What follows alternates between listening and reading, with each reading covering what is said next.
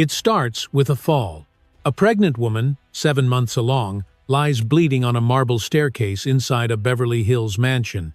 Her husband, a powerful millionaire, stands at the top, calm, watching, thinking he's just erased a problem. But what he doesn't know is that the woman he tried to destroy isn't just a victim. She's the rightful owner of his entire empire, and her survival will become his downfall.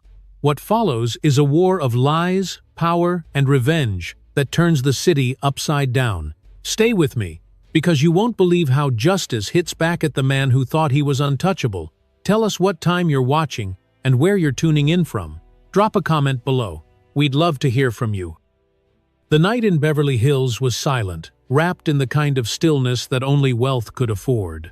The marble staircase inside the Kane mansion gleamed like a frozen river under the cold light of a chandelier. Every reflection on its surface seemed too perfect, too polished, like the life Isabella Carter once thought she had. She was 7 months pregnant, her bare feet pressed against the smooth floor as she walked toward her husband's study, her heart beating faster with each step. The glow from Edward Kane's office spilled into the hallway. Papers were spread across his mahogany desk, a laptop still open. Isabella's eyes caught the number on the screen before he turned around. $2 million. A wire transfer to an unknown account. Her voice trembled. "Edward, what is this?" He looked up, his expression unreadable, his tone sharp. "What are you doing in here?" "I needed our tax records," she said. "The pediatrician asked for proof of insurance. I opened the wrong folder and found this transfer." He shut the laptop slowly, almost methodically. "You've been snooping. I was looking for paperwork, not secrets." Isabella's breathing was uneven. $2 million disappeared. "I think I have the right to know where it went." "You don't have the right to question me," he replied, his voice like steel. "This is business." "Then tell me what kind of business hides from your own wife." Edward's eyes darkened. "You're imagining things again. Pregnancy hormones. You're becoming paranoid."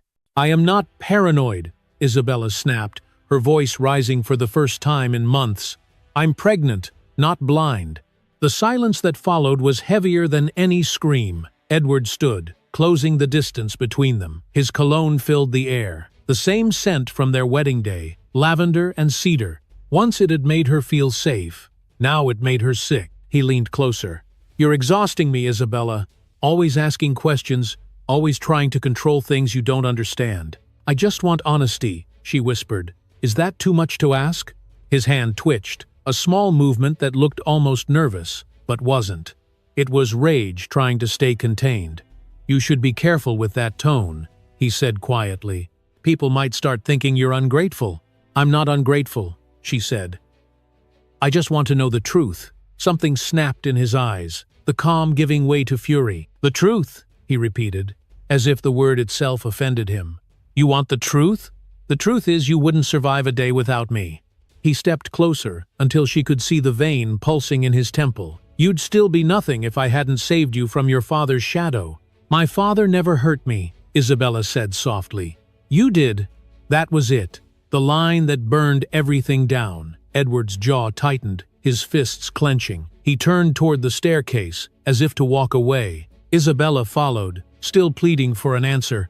"Please, Edward, I just need to know. Tell me where the money went. Please." He turned back fast, too fast. For a second, their eyes met. What she saw wasn't confusion or anger. It was calculation. He stepped toward her, his voice cold and deliberate. "You shouldn't have threatened me." Before she could move, his hands were on her shoulders. The world tilted. Marble rushed up to meet her. Her scream filled the hall, echoing off the walls as her body crashed against the steps. Pain exploded through her side. A sharp, suffocating heat bloomed inside her belly. The chandelier above blurred into streaks of white light. She tried to breathe but couldn't. Every gasp tore at her ribs. Her hand instinctively reached for her stomach. "Please," she whispered. "Please let the baby be okay." Blood spread beneath her, thin at first, then thicker, pooling along the white stone. The scent of it mixed with the lavender cleaner Maria had used that morning. The house smelled perfect, even when it wasn't. From above, Edward's shoes appeared on the top step. Expensive Italian leather, the ones she had picked up from the cobbler yesterday because he liked them resoled in a specific way. His voice drifted down, emotionless. "You shouldn't have threatened me, Isabella." Her fingers twitched. Her phone was still in her pocket. She tried to pull it out, her vision blurring. The screen lit up, glowing faintly. She unlocked it by instinct and hit the emergency icon. But before she could press again, he was kneeling beside her. His voice changed, now full of fake panic. "Oh my God, Isabella, can you hear me?" She couldn't answer. Her mouth filled with the metallic taste of blood. Edward grabbed his own phone and dialed. "Yes, I need an ambulance. My wife fell down the stairs. She's 7 months pregnant. Please hurry. We're at 1425 Hillcrest Drive, Beverly Hills." His voice was steady, too steady. While he spoke, his hand tightened on her shoulder. His lips moved close to her ear. "Tell them you fell," he whispered. "Do you hear me? You fell." Her eyelids fluttered. The world began to fade around the edges. The last thing she saw was the chandelier, swaying slightly above them. Sirens echoed faintly outside. Edward's hand never left her shoulder, his grip both protective and possessive. Anyone watching would think he was a terrified husband, desperate to save his wife and unborn child. The paramedics burst through the door minutes later. 2 of them, 1 male, 1 female. The woman knelt beside Isabella, brushing hair from her face. "Mrs. Kane, can you hear me?" Her voice trembled for a second. "It's me, Rebecca Torres." Through the fog of pain, Isabella recognized her college roommate, the one Edward had forbidden her to see years ago. Their eyes met, and Rebecca's expression hardened. She looked from Isabella to Edward, then back again. "What happened?" Edward answered quickly. "She fell. I heard her scream from my office. When I came out, she was already at the bottom." Rebecca didn't respond. She just looked at Isabella, her tone softer now. "Mrs. Kane, is that what happened?" Isabella wanted to speak. She wanted to say everything, to tell the truth, but her lips barely moved. The word came out as a whisper, almost soundless. "I fell." Rebecca's eyes filled with something that looked like grief. She nodded slowly, even though she didn't believe a single word. The paramedics lifted Isabella onto a stretcher. Each movement sent waves of agony through her ribs. The sirens outside grew louder. Edward followed closely behind as they wheeled her toward the ambulance, his hand still on her arm. To everyone else, it looked like love. To Isabella, it felt like a leash. And as the doors closed and the ambulance sped into the night, the marble staircase behind them gleamed again under the chandelier's cold light. Perfect, unstained, as if nothing had ever happened at all. Fluorescent light poured down from the ceiling of Los Angeles Memorial Hospital, bright and cold. The kind of light that made everything look cleaner than it felt. The steady rhythm of machines filled the room. A mechanical heartbeat that was not hers, but kept her alive. Isabella Carter lay motionless on the hospital bed, her skin pale against the white sheets. Her hands trembled over her swollen belly. Every breath burned. Dr. Ethan Brooks entered quietly, his clipboard pressed to his chest. His silver hair was damp, as if he had come straight from another emergency. He spoke softly. "Mrs. Kane, can you hear me?" Her eyelids fluttered. The room was a blur of white coats and shadows. "The baby," she whispered. Dr. Brooks nodded. "Your ribs are fractured, but you're stable. The baby's heartbeat is weak, but it's there. Your child is fighting, Isabella. You both are." She let out a fragile breath, a sound between relief and disbelief. Her right hand moved to her stomach again. A faint movement responded under her palm. Life. It was still there. "Do you remember what happened?" the doctor asked. Her lips parted. The truth hovered at the edge of her tongue, trembling, fragile, dangerous. But before she could speak, the door opened. Edward Kane stepped inside, dressed in a crisp white shirt. No tie, sleeves rolled just enough to look casual. He carried a bouquet of white lilies. The smell filled the room, too sweet, too strong. "Doctor," he said smoothly, "how is she?" Dr. Brooks studied him for a moment. "She's recovering. She needs rest." Edward's face arranged itself into an imitation of concern. "Thank God. I thought I lost her." He placed the flowers on the side table and moved closer, taking Isabella's hand. His touch felt like ice. "You scared me," he said softly. "You slipped, didn't you?" Isabella's mouth was dry. She could taste blood at the back of her throat. "I slipped," she repeated. "Doctor," Brooks watched them both. "Slipped?" he asked carefully. Edward nodded before she could answer again. "She was walking downstairs to get water. I heard a scream. When I found her, she was on the floor. I called 911 right away." The words sounded rehearsed, perfectly delivered. Dr. Brooks said nothing, only wrote something in his chart. Isabella could feel his doubt, quiet and heavy. A few minutes later, the nurse entered with a tray. Linda Parker, mid-40s, sharp eyes softened by years of experience. She adjusted Isabella's fore and smiled gently. "You're lucky, sweetheart. Another few minutes, and we might have lost you both." Edward straightened his back. "I made sure the ambulance came immediately," he said. Linda didn't look at him. She was watching Isabella instead. Her gaze lingered on the bruises along the woman's arm, the faint outline of fingers, the older marks on her wrist. She said nothing. She simply touched Isabella's shoulder lightly and whispered, "If you need anything, press the button. Anything at all." When she left, Edward sat down beside the bed. "You scared everyone," he said quietly. "You have to be more careful. You could have killed our baby." Her voice cracked. "I didn't fall on purpose."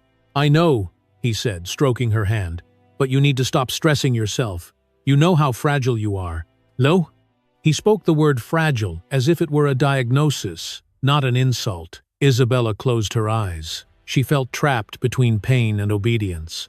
The doctor returned later that night, long after Edward had gone home to get some rest. The sound of rain outside filled the silence. Dr. Brooks pulled a chair to her bedside. "Mrs. Kane," he began softly, "I reviewed your medical records. You've been treated 3 times in the past 2 years for accidents. 1 fall in your bathroom, 1 in a parking lot, 1 at a restaurant." She turned her head toward the wall. "I'm clumsy." His voice stayed calm. "You were a professional swimmer in college. You have excellent balance. What changed?" Her eyes filled with tears she refused to release. "Marriage," she whispered. Dr. Brooks exhaled slowly. "I see." He reached for a folder and placed it on her bedside table. "Inside are resources, hotlines, legal advocates. When you're ready—" "Oh?" "I'm fine," she said quickly. "No, you're surviving," he replied. "There's a difference." Then he left, closing the door quietly behind him. Isabella stared at the folder for a long time. She couldn't bring herself to touch it. Instead, she pressed her hand against her belly again. "We're okay," she whispered to the life inside her. "We'll be okay. Just stay with me." The monitor beside her beeped in slow rhythm, a lullaby of persistence. Hours later, the room darkened. The rain had stopped. Isabella was drifting in and out of sleep when a familiar voice broke through the haze. "Isabella." Her heart jolted. It wasn't Edward. It was softer, warmer. The nurse, Linda Parker. She had changed out of her scrubs, still holding a small notebook in her hand. "I shouldn't be here off shift," Linda said quietly, "but I've seen this before." She looked at the bruises again. "You don't have to pretend with me." Isabella's eyes welled up. "He didn't mean to. He was angry." "They always say that," Linda whispered, "until it gets worse." She hesitated. "I used to be like you. I stayed too long." The words hung in the air like smoke. Linda opened the notebook, tore a small page, and placed it under Isabella's phone. "If you ever need a place to go, that address is safe. I won't ask questions." "Thank you," Isabella said, barely audible. Linda smiled faintly. "Just rest. Your baby's strong. You have to be strong too." Ugh. After Linda left, Isabella turned her head toward the window. City lights shimmered through the rain. Somewhere out there, Edward was sleeping peacefully in their mansion, certain his story would hold. Her phone buzzed on the table, a message from him. "Love you, sleep well, you scared me." Another followed seconds later. "Don't tell anyone what happened tonight. It'll only make things worse." She stared at the screen until the letters blurred. Her thumb hovered over delete, then stopped. Instead, she took a screenshot and saved it. Evidence. The baby moved again, gentle and stubborn. Isabella placed her hand over her belly, feeling the faint kick. "You're fighting," she whispered. "So will I." The door creaked open one last time before dawn. Dr. Brooks stepped in, checking the monitors. "The heartbeat's stronger," he said quietly. "Looks like your child's a fighter." Isabella smiled weakly. "Maybe it runs in the family." The doctor nodded, adjusting her IV. "Get some rest. Tomorrow we'll talk about what comes next." As the first light of morning filtered through the blinds, Isabella's eyes stayed open. The world outside was waking up. Inside the room, the machines continued their steady rhythm. The heartbeat on the monitor rose and fell like distant waves, proof that something fragile could still survive. For now, that was enough. Morning light spilled through the blinds of room 412, washing the sterile walls in a pale gold glow. The city outside was already alive, but inside, time moved differently. Machines beeped softly. The smell of antiseptic lingered in the air. Isabella Carter sat upright against the headboard, one hand resting on her swollen belly. She looked tired, almost translucent. Like a photograph left too long in the Sunday, Dr. Ethan Brooks entered with quiet footsteps. His expression was thoughtful, but there was something harder beneath it this time. He glanced at her chart before speaking. "You didn't sleep much." "I'm fine," Isabella said automatically. Ethan looked at her, not convinced. "I read your file again. 3 emergency visits in the last 2 years, all classified as accidental falls." Isabella's lips parted slightly. "I told you, I'm clumsy." He closed the folder and set it down. "No, you're not. You were an athlete. You swam competitively at Stanford. You have balance, discipline, control. None of this looks like clumsiness to me." Her throat tightened. "You think he did this? I think you already know he did." For a long time, the only sound was the rhythmic beep of the fetal monitor. Then Isabella whispered, "I can't prove it." Ethan hesitated before replying, "You shouldn't have to prove being afraid." He pulled a chair closer. "What I can tell you is this. The bruises on your shoulder and back, the pattern of the fractures, the way you fell, it all fits the same pattern. Intimate partner violence. You're not alone, Isabella. But you have to decide if you want help." She looked down at her hands. They were trembling again. "He said it was my fault. They always do." Her eyes filled, but she forced the tears back. "If I tell the truth, he'll destroy me." Ethan's voice softened. "He already tried. Before Isabella could respond, the door opened. Linda Parker entered, holding a tray of medication. Her eyes moved between them quickly, sensing the tension. "Everything all right in here?" Ethan nodded slightly. "We're fine. Just talking about recovery." Linda set the tray down, but she didn't leave. "I spoke with your nurse from last night," she said gently. "She told me the baby's stronger. That's good news." Isabella smiled faintly. "She's been kicking more." Linda's voice lowered.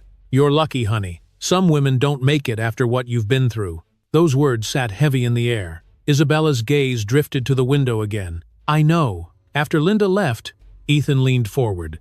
"Listen to me. You can walk out of here and pretend it was an accident, or you can start protecting yourself.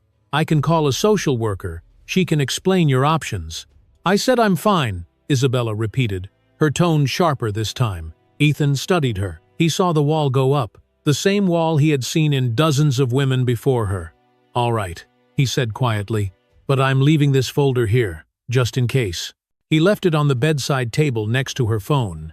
Then he stood and left. Isabella stared at the folder.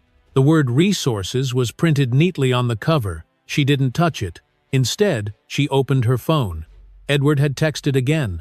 "Morning, sweetheart. How are you feeling? I'll visit soon. Remember, the doctor knows nothing. Don't ruin this for us." She turned the phone face down. Outside, she could hear voices in the hallway, a nurse's laugh, the squeak of shoes, life moving on.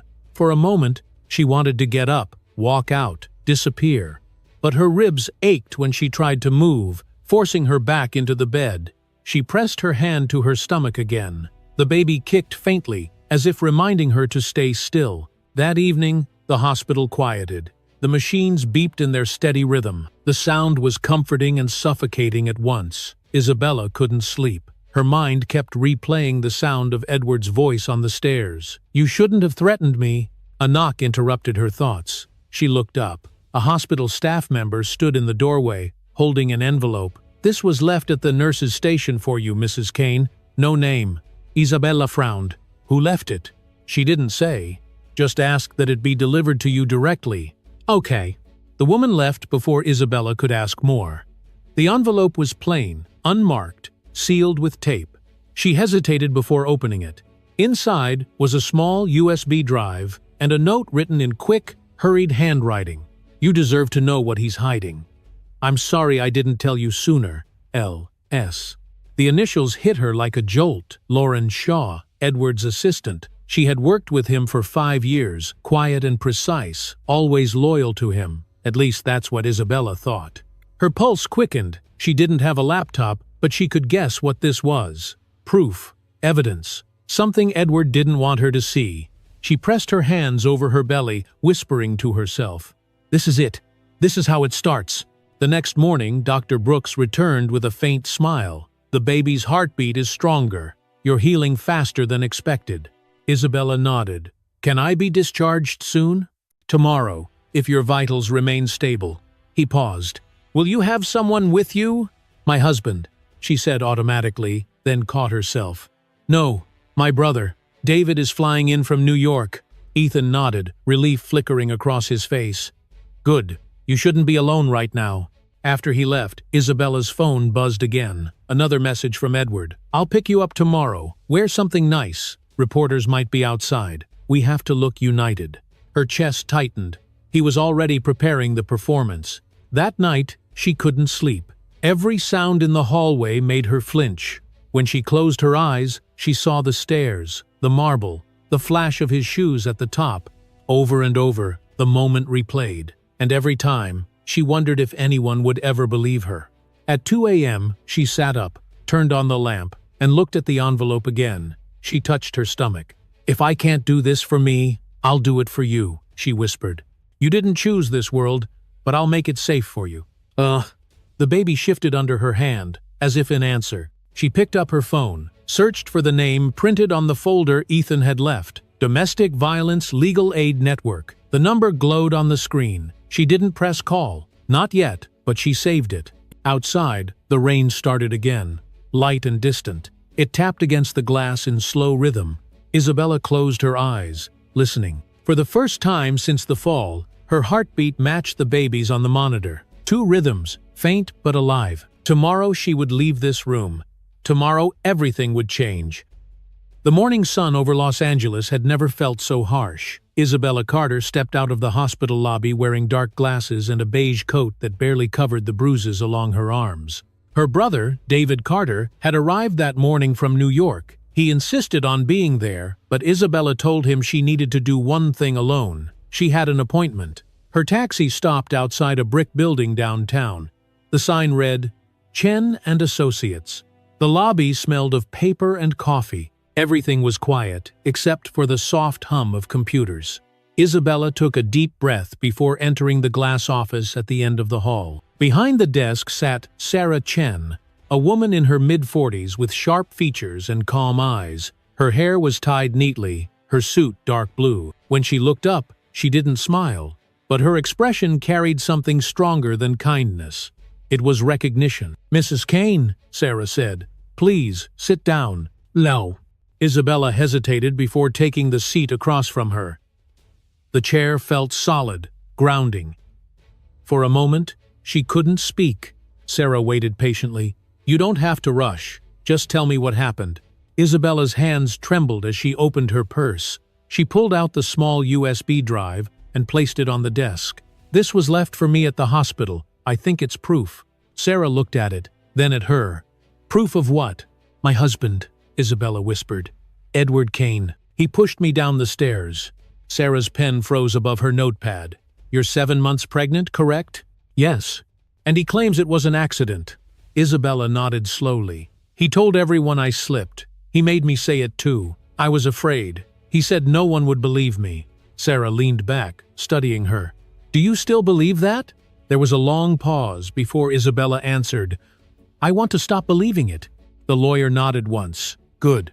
Because this is not just about what he did to you, it's about what he could do next. Men like your husband, men with money and power, they don't stop when you survive, they stop when you fight back." Sarah opened a drawer and pulled out a legal pad. "We'll start with a restraining order. I'll request an emergency protection order from the judge today, then we'll file for separation. You'll need a place to stay where he can't reach you." "I can stay with my brother," Isabella said quietly. "He's in town." "Good," Sarah replied. "You'll need witnesses, medical reports, and documentation of every injury. I'll contact Dr. Brooks and Nurse Parker. They've already seen enough to help us." Isabella took a shaky breath. "He'll be furious." Sarah looked straight at her. "He already is. You just haven't seen what fury looks like when it's losing control." For the next hour, Isabella recounted everything. The transfers, the arguments, the bruises, the fear. Sarah took notes quickly, her handwriting sharp and precise. When Isabella reached the part about the $2 million, Sarah's pen stopped. "You said you found a transfer?" she repeated. "Yes. $2 million to an account I didn't recognize." "Did you take a photo?" "Yes, it's on my phone." Sarah's eyes narrowed thoughtfully. That could be important. Financial secrets usually hide the real story. When Isabella finished, she was exhausted. Her voice had gone hoarse from speaking, her chest tight from holding back tears. Sarah handed her a glass of water. "You did well," she said softly. "You just did something most victims never get the chance to do. You told the truth." Isabella looked down. "It doesn't feel like enough." "It never does at first," Sarah said. "But you'll see. The truth has a way of growing once it's spoken." The lawyer stood and walked to a cabinet filled with folders. She pulled out one marked "Protective Order." "This will be the first step. It gives you legal distance. If he comes near you, he'll be arrested. You need that protection before we start the next phase." "What's the next phase?" "Taking back everything he stole from you. Your safety, your finances, your voice." Isabella's lips trembled. "You think I can win?" Sarah's tone was calm. "I think you already started." Outside, traffic buzzed faintly through the glass walls.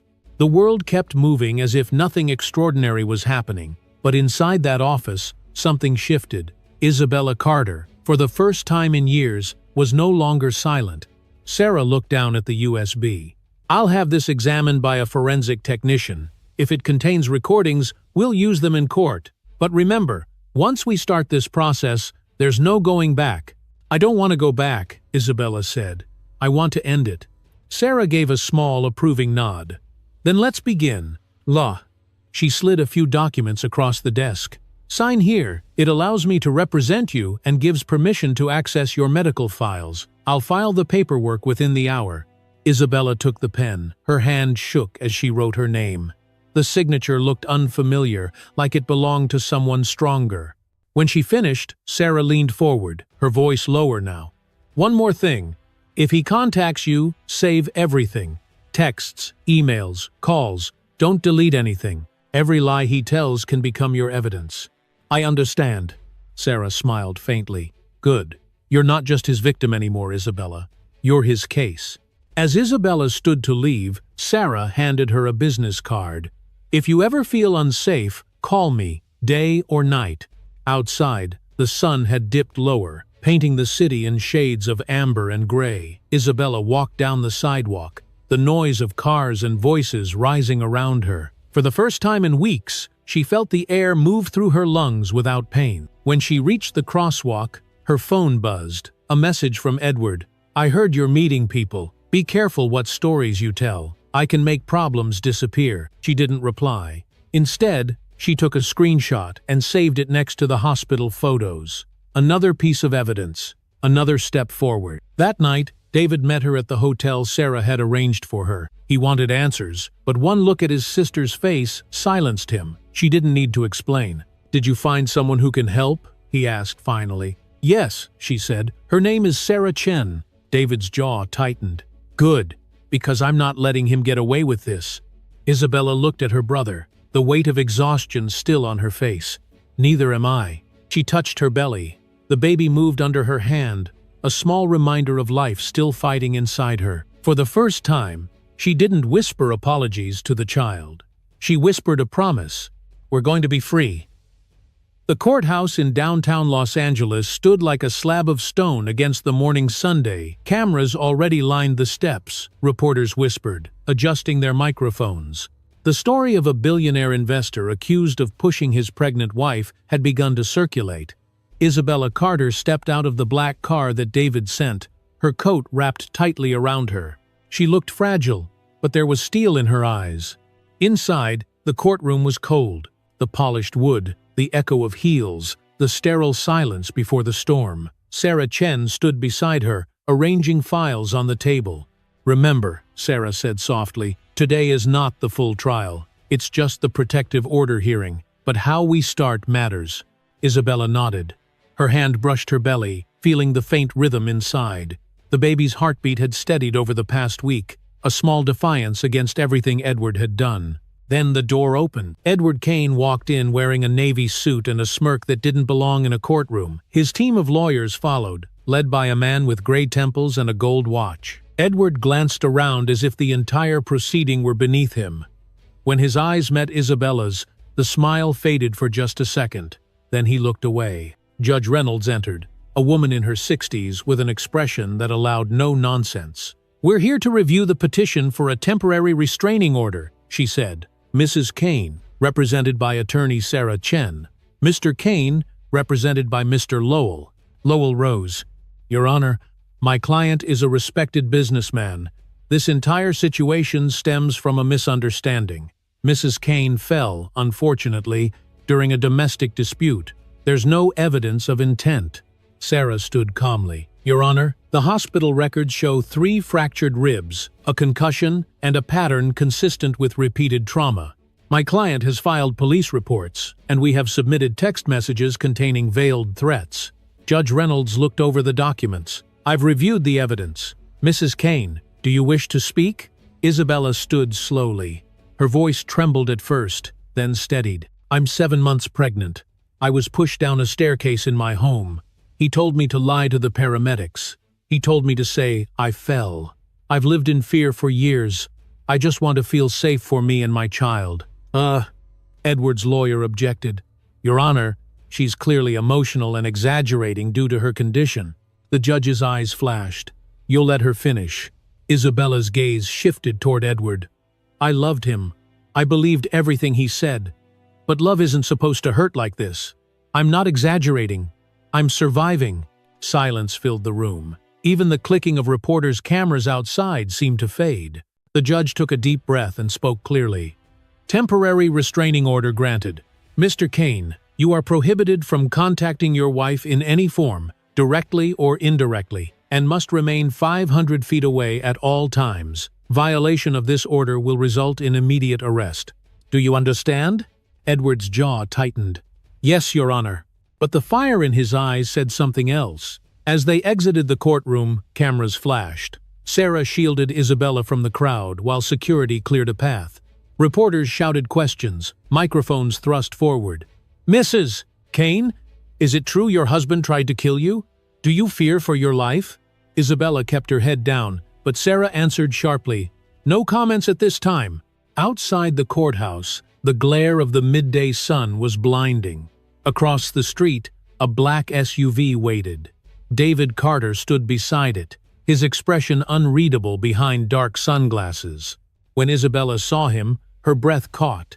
She hadn't seen her brother in months. He opened the door for her, his voice low. "You shouldn't have been alone in there."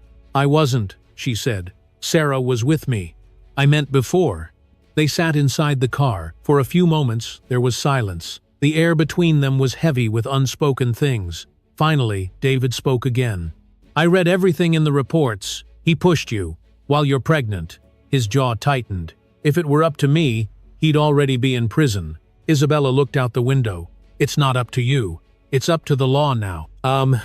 David exhaled, leaning back. "Then we'll use the law, and the media. You know I own a network. I can make sure the world sees him for what he is." "I don't want a scandal," she whispered.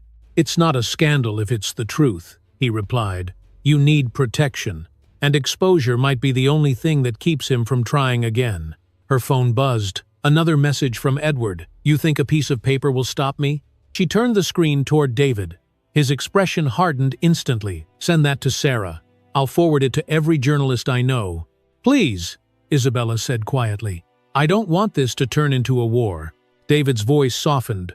"It already is one, Izzy. You just finally have an army."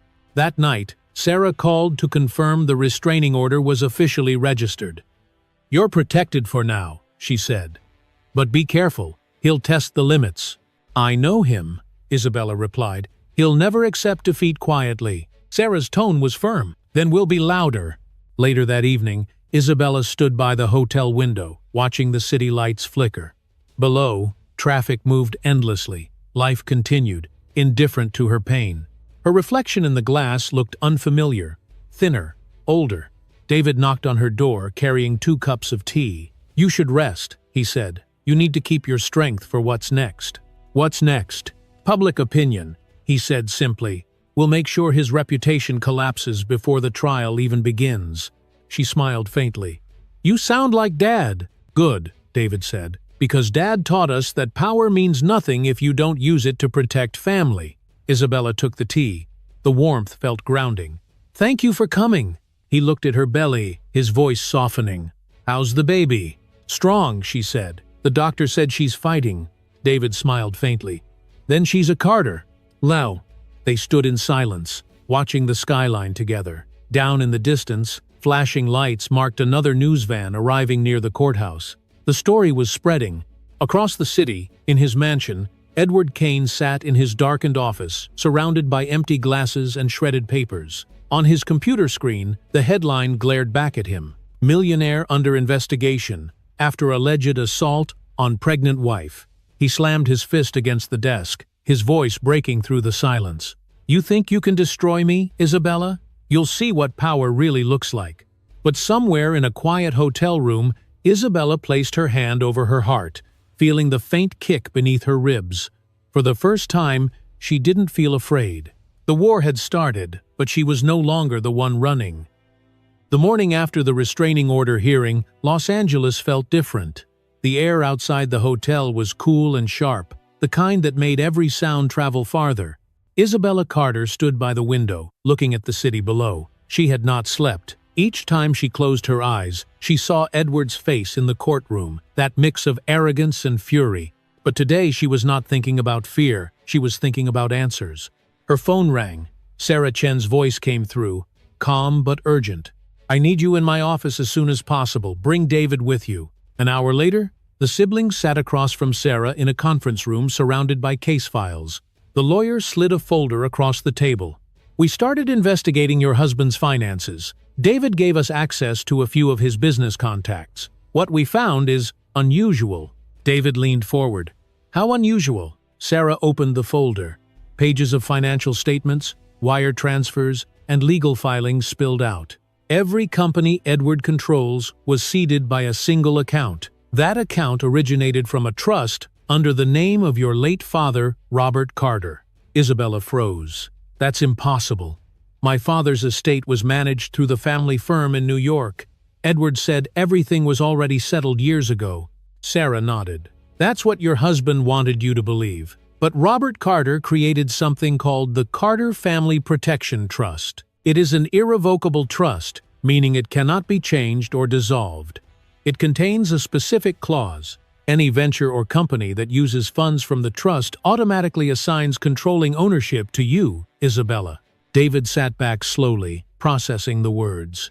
"Are you saying my sister owns everything he built?" Sarah's expression was steady. "Legally, yes. You hold 68% of Kane Capital's shares. Edward has 19. The rest belongs to minor investors. He has been using your inheritance to build his empire without realizing the trust transferred control to you from the moment he withdrew the first dollar." Isabella's breath caught. Her voice was small. "He used my money to destroy me." David's tone turned cold. "He used Dad's money. The same money Dad meant to protect you with." Sarah continued. "Your father anticipated that you might one day meet someone like Edward. That's why he built those protections." The trust documents were filed privately with the state and shielded by attorney-client confidentiality. Edward would never have seen them unless he specifically looked. Isabella's hands shook as she flipped through the pages. She saw signatures, dates, and financial records that traced back 6 years, all during her marriage. "How did he hide this from me?" "He didn't hide it," Sarah said gently. "You gave him power of attorney after the wedding. He simply managed everything without explanation. You trusted him." Tears gathered in Isabella's eyes. "I thought partnership meant sharing." David reached across the table and took her hand. "Partnership doesn't mean surrender. He took advantage of your love." Sarah nodded. "But that ends now. With this documentation, we can not only secure your financial safety but also expose his fraud. If he used your trust money for personal gain without disclosure, It is both civil and criminal liability. What happens if we reveal this in court? Isabella asked. Sarah's tone was calm but firm. It changes everything. His defense collapses. His image as a self-made millionaire disappears. He becomes a man who built his fortune on his wife's inheritance. And worse, he tried to kill her to keep control of it. Isabella stared at the documents. Her reflection shone faintly in the glossy paper. He'll never forgive this. He doesn't need forgiveness, David said. He needs accountability. They spent the next 2 hours organizing copies of the trust and cross-referencing them with Edward's business filings. Sarah's paralegal brought in coffee and a laptop, projecting graphs of transactions onto the wall.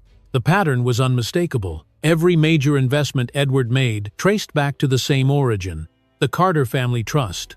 At one point, Sarah paused and looked at Isabella. You realize what this means for you personally. Once this becomes public, you won't just be his victim. You'll be one of the wealthiest women in California. I don't care about that, Isabella said quietly. I just want my life back. David smiled faintly. You're about to have both. That afternoon, Sarah arranged a private meeting with Thomas Reed, the estate attorney who had managed the original trust. His hair was gray now, his eyes kind but sharp. He confirmed every detail. Your father's intent was clear. He wanted to ensure that no man could ever take your power away. The documents are airtight. They were designed to activate automatically. No court approval needed. Isabella's eyes filled again. He thought that far ahead. He loved you deeply, Reed said. He knew the world could be cruel, even to strong women. He wanted to make sure you would never have to depend on anyone to protect you. When the meeting ended, Isabella stood by the elevator in silence. David placed a hand on her shoulder. You okay? She nodded. It feels like I'm reading a story about someone else. That someone else is you, he said. You just forgot for a while. Later that evening, they returned to the hotel. The city outside glittered against the dusk. Isabella sat on the bed. The trust documents spread around her like pieces of a puzzle she had finally solved. She ran her fingers over her father's signature. He saved me even after he was gone. Her phone buzzed. A new message from an unknown number appeared. You think the law can protect you, Isabella? You'll regret what you've started. Her stomach tightened. She saved the message and sent a screenshot to Sarah. The reply came instantly. Keep every message. He's building our case for us. She looked at David. He's still trying to scare me. David's voice was calm but lethal. Let him try. Every threat digs his grave deeper. She turned her attention back to the papers. One line caught her eye, written in her father's handwriting. To my daughter, remember that your worth cannot be taken, only forgotten.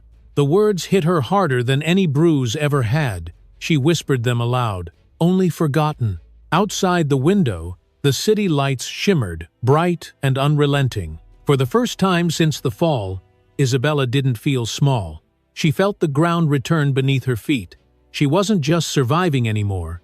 She was preparing. Tomorrow, Sarah would begin drafting the filings that would expose Edward's empire for what it really was.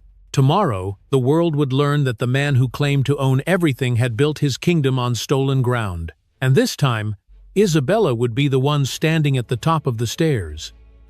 The courthouse was surrounded by reporters before sunrise. Vans lined the street. Cameras faced the marble steps. The name Edward Kane was on every screen. The story had exploded.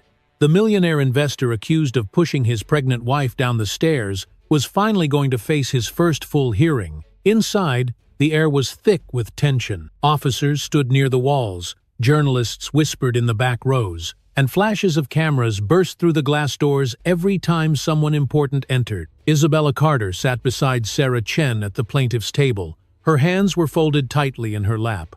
She wore a navy dress and a calm expression that hid her exhaustion.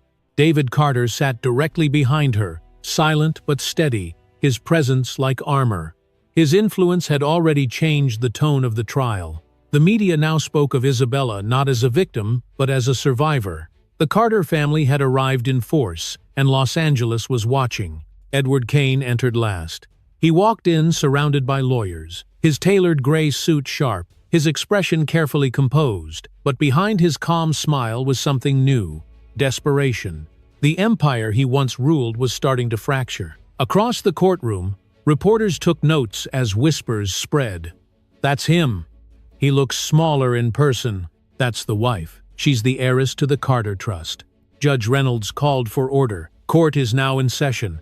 This hearing will determine the charges and admissibility of new evidence presented by the plaintiff. Sarah Chen stood first. Your Honor, we are prepared to demonstrate that Mr. Kane's fortune was built entirely on assets belonging to Mrs. Carter through the Carter Family Protection Trust. Furthermore, we will show intent to commit fraud and attempted homicide. Lay. Edward's lead attorney, Charles Lowell, rose from the defense table. Your Honor, my client is being vilified in the press. The allegations are exaggerated and fueled by a media campaign orchestrated by the Carter family. We request dismissal of the financial fraud component as irrelevant to the assault charge. Judge Reynolds glanced over her glasses. You may argue relevance after the evidence is presented. Proceed, Miss Chen. Yen pros. Sarah moved toward the center of the courtroom, every step deliberate. The defense would like to believe these crimes exist separately, but they are connected by motive. Mr. Kane's wealth is built on deception. He used my client's inheritance to create his empire, and when she discovered the truth, he attempted to silence her permanently.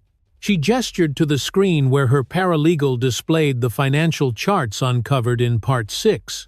Colored lines connected accounts, transfers, and shell companies.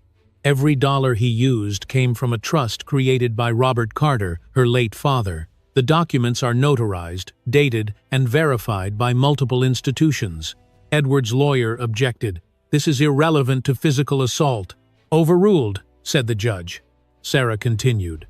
The night he pushed her, she had just confronted him about a missing $2 million. The transfer was to a personal offshore account. The motive is clear. He feared exposure, and he chose violence to maintain control.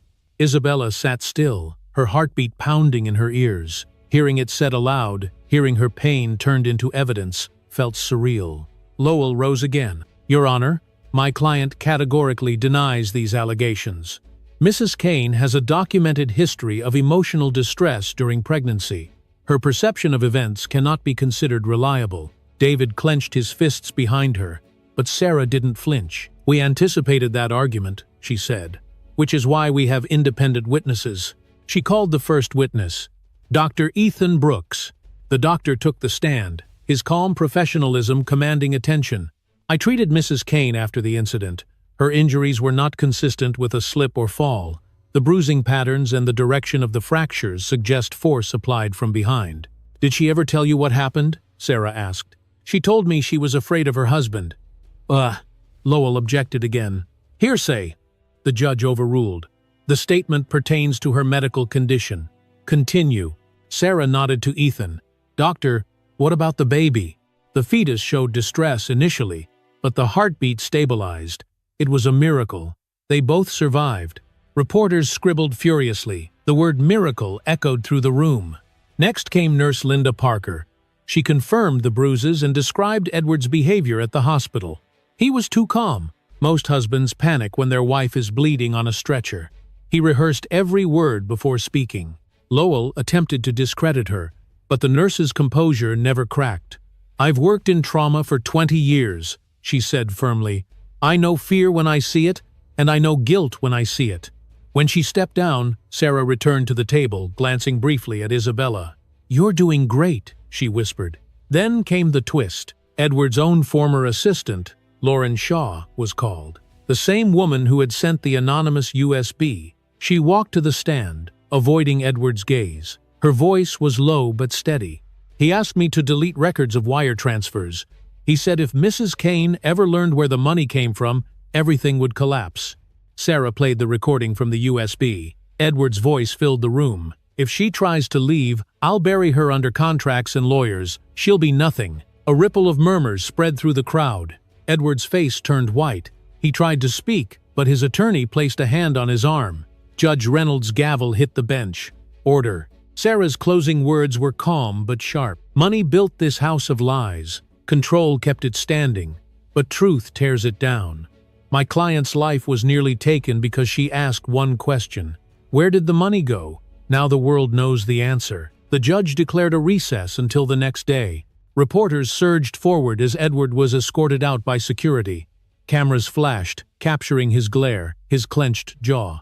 Outside, the courthouse steps turned into a battlefield of microphones. Sarah guided Isabella through the crowd while David blocked reporters. "Mrs. Kane, is it true your husband used your inheritance?" one shouted. "Do you believe he tried to kill you?" another asked. Isabella didn't stop walking. "The court will tell the truth," she said softly. That night, news networks aired clips of the hearing. Headlines ran across every channel. Millionaire's empire exposed. Pregnant heiress faces her abuser in court. The fall of Edward Kane. In his mansion, Edward watched in silence. He hurled a glass at the screen. "They think they can humiliate me," he muttered.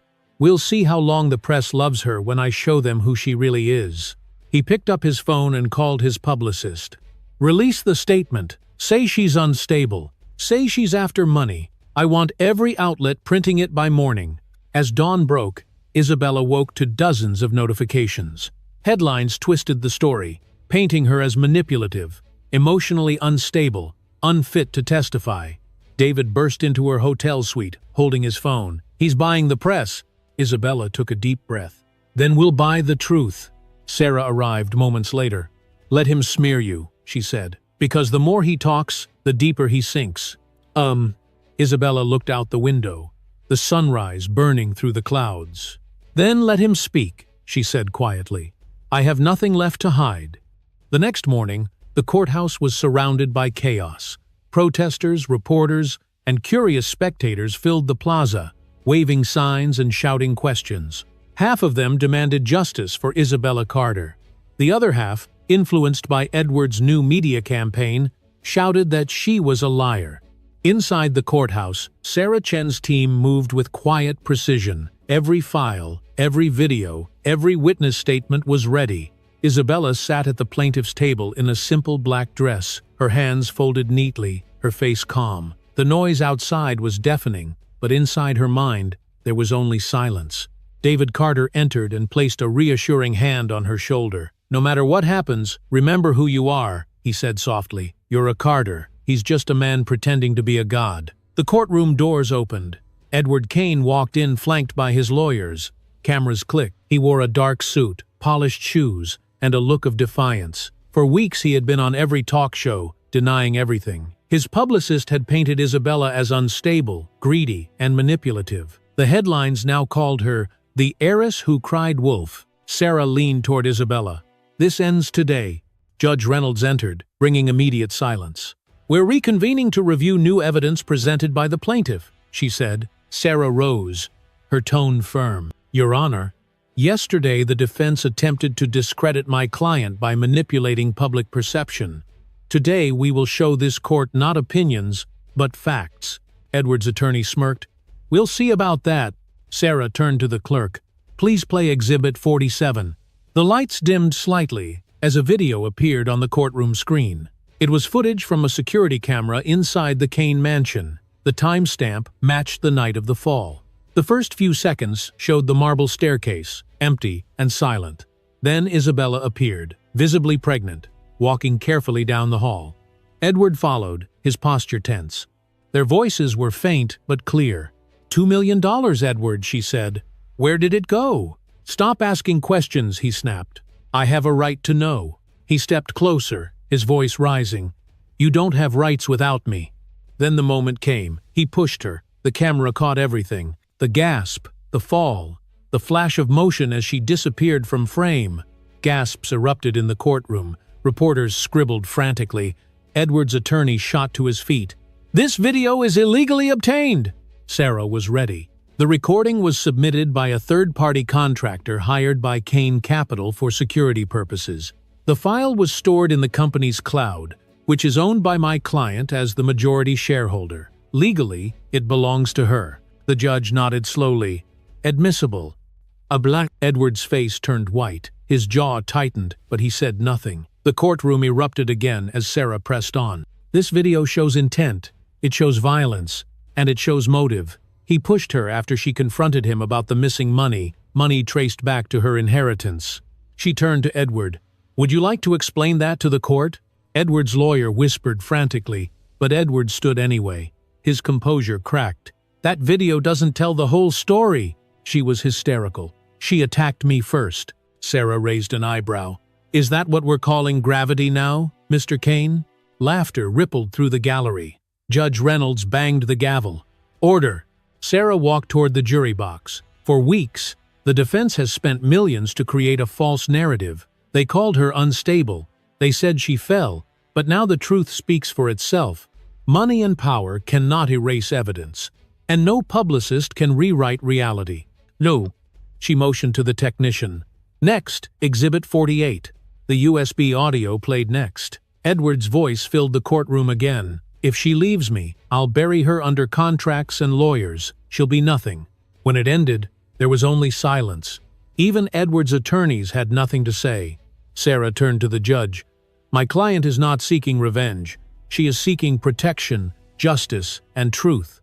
The man who pretended to love her built his empire on her father's legacy, and when she uncovered it, he tried to take her life. The court deserves to see the full picture of who Edward Kane really is. The judge nodded. The court will recess to review all evidence.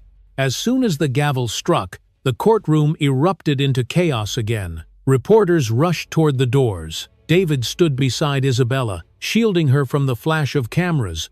Across the aisle, Edward sat frozen. The confidence that had carried him for years was gone. He looked smaller, older. The empire he had built on deceit was crumbling in front of him. When they left the courthouse, the crowd outside was no longer divided. The chants had changed.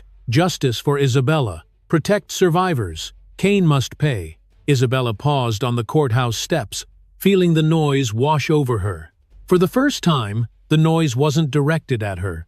It was directed for her. David turned to her. He's finished. She shook her head softly. Not yet. But he's finally falling. Lump. That night, the world watched. Every news channel aired the video. Headlines exploded across the internet. The push on camera. Edward Kane, exposed. The fall of a millionaire. Inside his mansion, Edward threw his phone across the room. The screen shattered against the wall. The house that had once felt like a fortress now felt like a prison. His mother, Victoria Kane, called from New York. What have you done, Edward?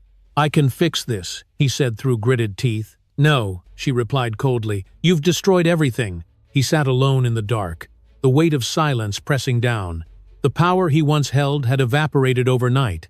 His lawyers stopped answering calls. Sponsors pulled out of contracts.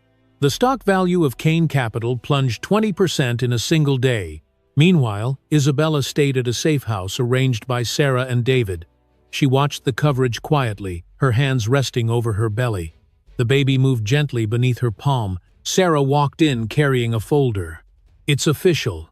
The district attorney will press criminal charges for attempted murder. The video sealed it. Isabella closed her eyes. It's over. Sarah smiled softly. Almost. David joined them, leaning against the doorway. You know what the reporters are calling this? What? Isabella asked. The marble justice, he said with a grin. The staircase that took you down is the one that brought him down. She smiled faintly. For the first time, the words didn't hurt. As the night deepened, Isabella looked at the skyline. The city lights shimmered against the darkness, endless and alive. Somewhere inside her, peace began to return. Edward Kane's empire had fallen, and tomorrow the court would give him what he truly deserved. The day of sentencing arrived under a gray Los Angeles sky. A soft drizzle fell over the courthouse, muting the noise of the city. The marble steps glistened with rain. For once, there were no reporters shouting questions, no flashing cameras. The verdict had already captured the world's attention. Today was only about justice. Inside, the courtroom was solemn and still. The air carried the weight of everything that had been said, everything that had been lost. Isabella Carter sat quietly beside Sarah Chen, her hands resting on her swollen belly. She was due in just 3 weeks, but she refused to miss this moment. David Carter sat behind her, his jaw tight, his expression unreadable. Across the aisle, Edward Kane entered in handcuffs. The tailored suits were gone. He wore a plain orange jumpsuit, his hair unkempt, his eyes hollow. The arrogance that once defined him had vanished. He looked smaller somehow, as if the walls themselves had closed in around him. Judge Reynolds entered, her black robe moving like a shadow across the bench. She adjusted her glasses and looked down at the file in front of her. The room fell silent. "The state of California versus Edward Kane," she began. "Charges include attempted murder, aggravated assault of a pregnant woman, and financial fraud. The court has reviewed all evidence, testimony, and witness statements." "No."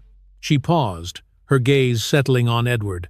"Do you have anything to say before sentencing?" Edward stood slowly. His hands trembled as he gripped the table. "Your Honor," he began, "I made mistakes. I lost control.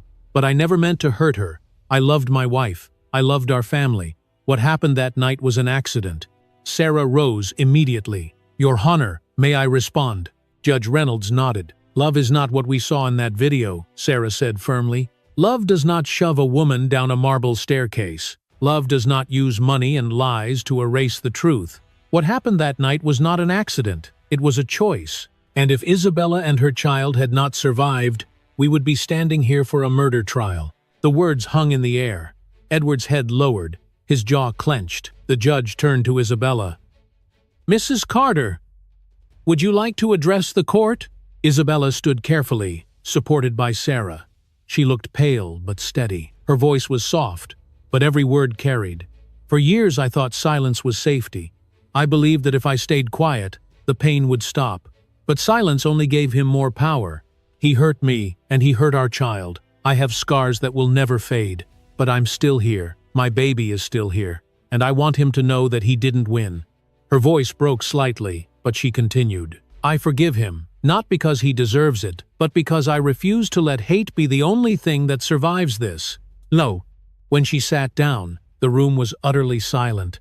Even Edward looked shaken. Judge Reynolds cleared her throat and began to read. "Edward Kane, this court finds you guilty on all counts.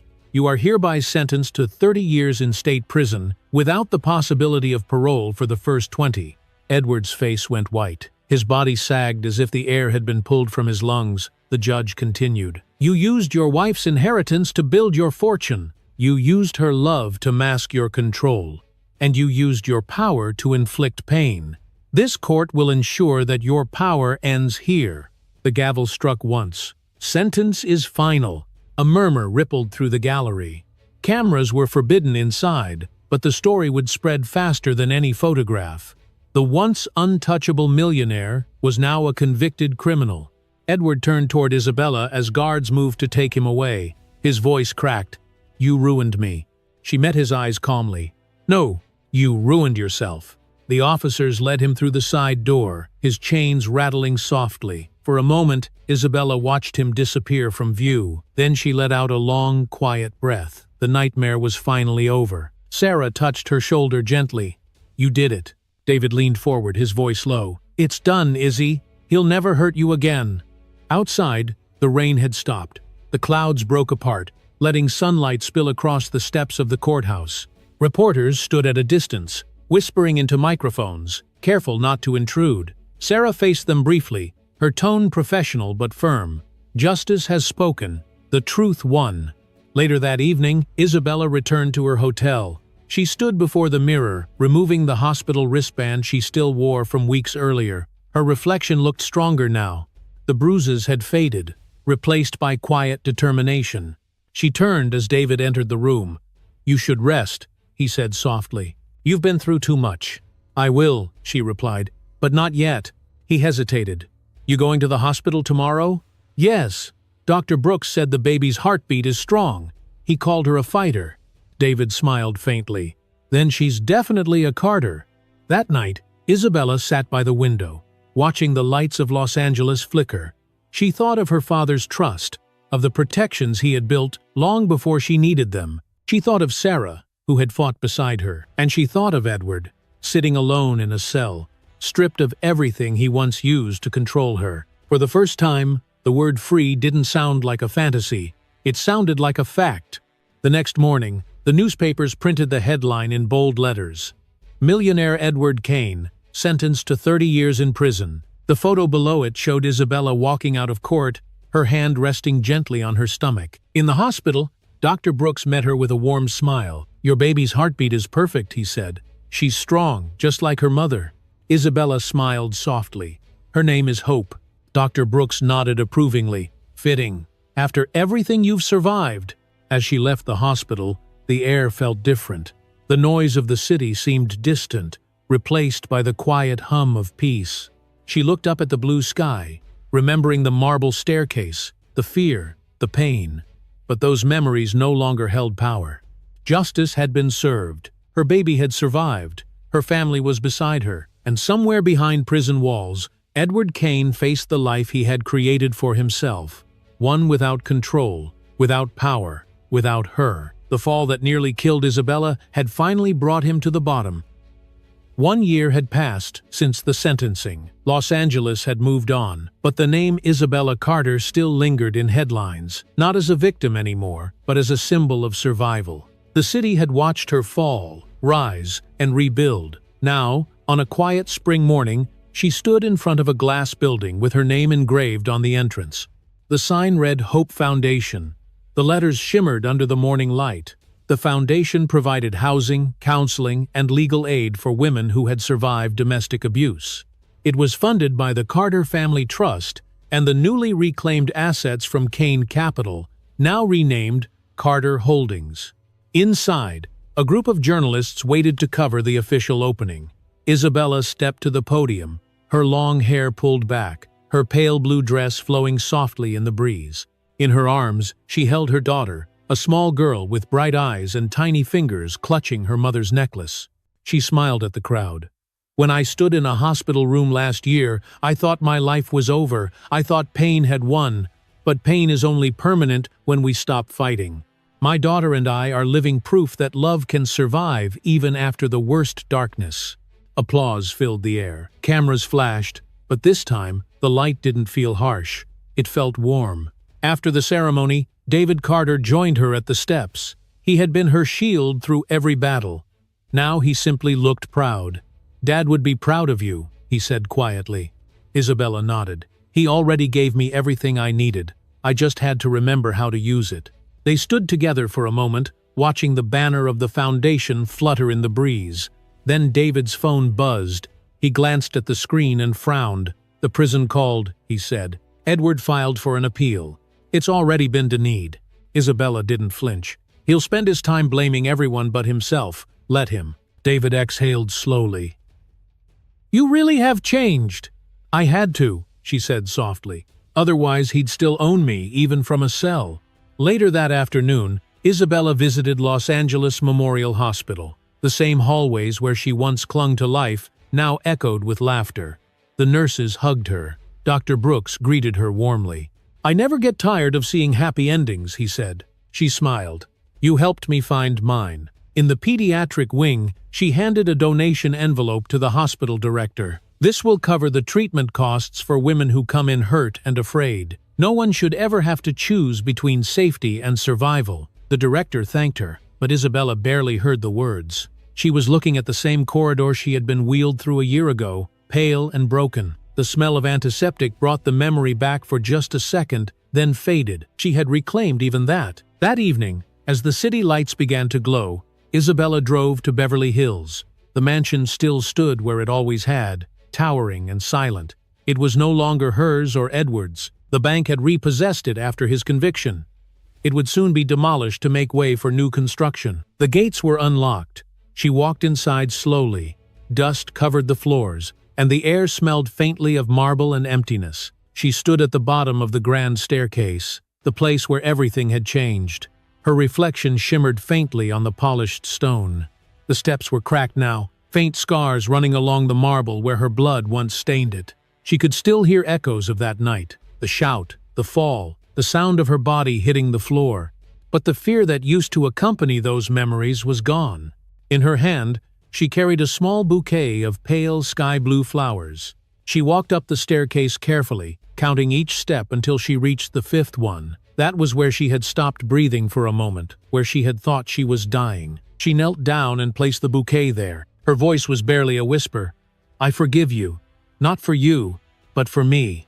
The silence in the house was complete, but it no longer felt haunting. It felt peaceful. She stood again, looking around the grand empty hall. "Goodbye," she said softly. Then she turned and walked out, the faint scent of the flowers trailing behind her. Outside, The evening air was cool and gentle. The sun had almost set, painting the sky in soft hues of pink and gold. Isabella stood by her car for a moment, watching the light fade. Then a small cry came from the back seat. She opened the door. Her daughter, Hope, looked up at her with wide, curious eyes. Isabella smiled. "You're awake, my brave girl." She lifted her daughter into her arms. The little girl laughed, reaching for her mother's face. "You know, this is where it all ended once," Isabella said softly, rocking her child gently. "But for us, it's where it all began." She strapped Hope back into her seat and started the car.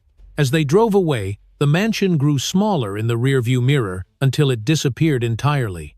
Back in the city, the skyline shimmered like a promise. Isabella drove past the courthouse, past the hospital, past every place where she had once cried. Each building was now just a part of her story, not her prison. When she reached home, David was waiting on the porch. He smiled as she pulled in. "You went there, didn't you?" "Yes," she said. "I needed to see it one last time." He studied her face. "And?" "It's just a house," she replied. "The real home is here." He nodded, understanding. "Dinner's ready. Mom's inside." Isabella smiled, carrying Hope in her arms. Margaret Carter was in the kitchen, arranging flowers on the table, blue ones, the same as those on the staircase. When she saw her daughter, she opened her arms. "You look peaceful," she said. "I am," Isabella replied. They sat together, sharing quiet conversation as the evening deepened. Hope laughed from her high chair, her tiny hands clapping with excitement.